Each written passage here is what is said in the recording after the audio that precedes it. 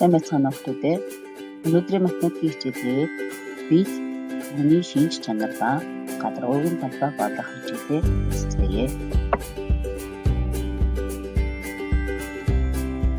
Өнөөдрийн хичээлээр бид ба дүрсүүдийг ялган иршлийг мэдэж таних эдийн дэлхийс гадаргуугийн талбайг олох зорилготой.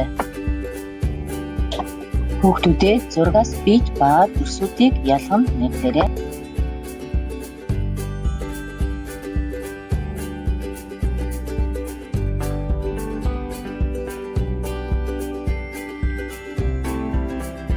Зургийг ажиглаарай хүүхдүүдээ. Үүнийг куб гэж нэрлэн. Куб нь 8 оройтой 12 ирмэгтэй бүх ирмэн тэнцүү 6 талстай талстууд нь квадрат байна. Тэгшинцэгт барилал бэдэн хэдэн орой, хэдэн ирмэг, хэдэн талстай байгааг ажиглаарай хүүхдүүдээ.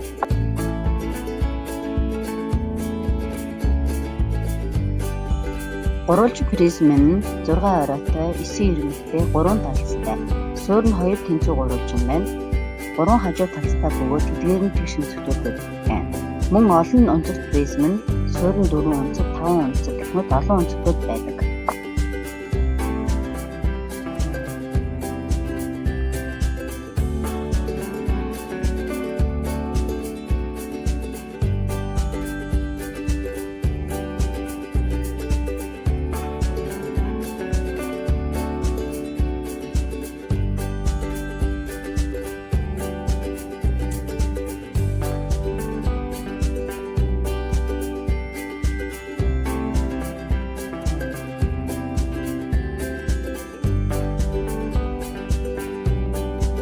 Хүүхдүүдээ гүйцэд гадаргууны талбайг олохдоо уртыг өргөнөөр, өргөнийг өндрөөр, уртыг өндрөөр үржүүлээд хооронд нэмээд хоёроор үржүүлсэнтэй тэнцүү байна.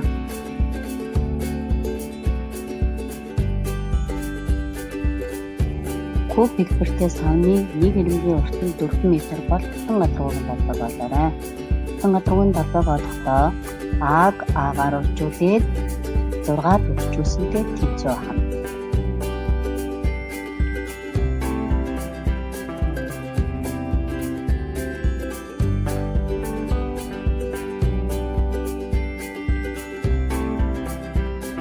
Өнөөдрийн хичээл бидэвхтэй оролцсон хүүхдүүдэд баярлалаа.